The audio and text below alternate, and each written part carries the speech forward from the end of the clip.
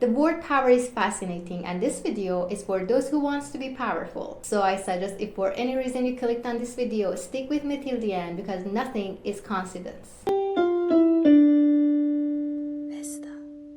Hi friends, welcome to another video. If this is your first time seeing me, I'm Vesta. I read different sources and we discuss together in simple language. Power, like any other game, has its own rule, and of course if you want to be success in a game, you have to know the rules because no one welcomes a teammate who doesn't know them. This is a quote from Robert Greene, a prominent American author with a background in classical study, which includes anthropology, sociology, philosophy, and history. Later, Greene worked in Hollywood as a writer. Because of his education and work experience, he had to see things deeply and in details. That depth allowed him to notice something important. He realized that all powerful people around him follow the exact same behavioral pattern to achieve their goals. He also understands that throughout history, powerful people follow the exact same behavioral pattern. So it's safe to say that all powerful people today are following the same behavioral pattern as historical figures. Which figures? Characters like Cyrus the Great, Cleopatra, Julius Caesar, Winston Churchill, Tesla, Edison, Da Vinci. Robert Greene lists and categorizes all these patterns into what we know as the 48 laws of power.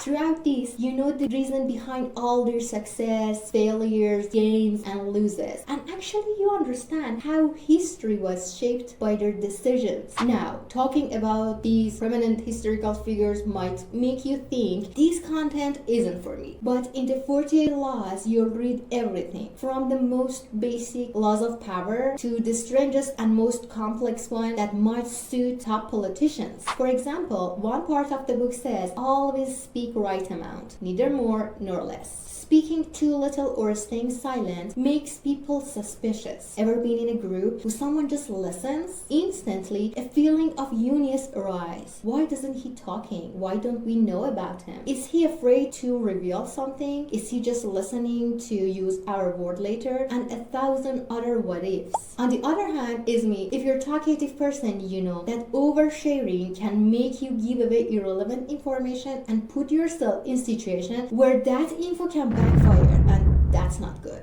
You may not have realized it, but speaking more or less can be a sign of someone's power. If we think of power as a muscle, everyone has that muscle inside. Some just learn to use it better or more efficiently. It's a natural feeling. We've all heard that exercising a muscle strengthens it. If you're right or left-handed, you use your dominant hand more. I'm right. And over time, it becomes more skilled. Good news, power works the same way. If you learn to use your power in different situations, when to hold it back, when to unleash it, it acts instinctively. It helps you to make the best decision automatically. Because power isn't just about bullying or controlling everything. Sometimes not being there, staying silent, and saying no is a sign of your power. But remember, not all 48 laws meant for you. You are the person who decides which one to dive into, which to skip, and which lessons to apply. Sometimes you need the power of saying no. Before we continue, there's something important that I want to mention, that actually the philosophy behind why Robert Greene wrote the 48 laws of power is that power is immoral, and being immoral doesn't mean good or bad. It depends entirely to how we use it. Power can be constructive, but mixed with dirty tactics, it can be destructive. But I think most people watching this likely to use their power constructively, so it's worth to discussing. But how can a book make you more powerful? While reading the 48 laws, you subconsciously notice that you're already following some of these laws instinctively. This is the foundation of your power muscle. It's incredible because even before knowing a law exists, you might already be practicing it. Equally, there are things you do that goes against power. Some action you should take but you don't. Some you shouldn't but you do. But how do you know which laws suit you? You already have a power base inside you. Pick what relates to it, work on it, and practice it. You don't have to start from zero. You already have the foundation. Improve it, and then based on your personality and worldview, choose the words that bring you closer to your goals. Replace behaviors if needed. But I repeat it, Just remember, not 40-80 laws are for you. Reading the book once already starts shaping your awareness. Just like learning your native language as a kid, you start with letters, sentences, then pages. 48 laws is the alphabet of power. It teaches what actually power is and how to use it in various situations, with examples from real historical figures. These examples effective then and are still relevant today, so it's useful for you too, because even the powerful people we admire were once ordinary. Next, I'll go over a few rules from the book that might actually help you, so let's go.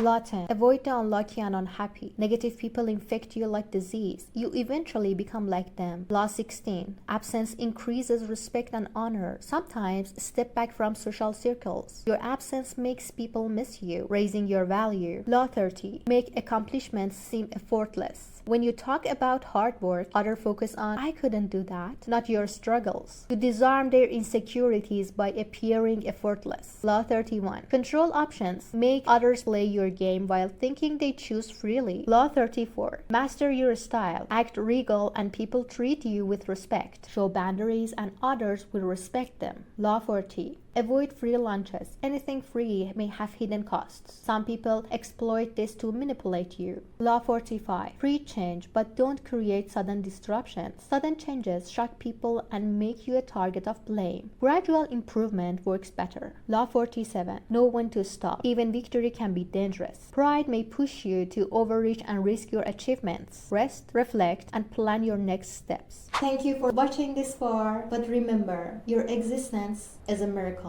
Be careful about your miracle, because if you don't pay attention, who will? Take care. Mwah.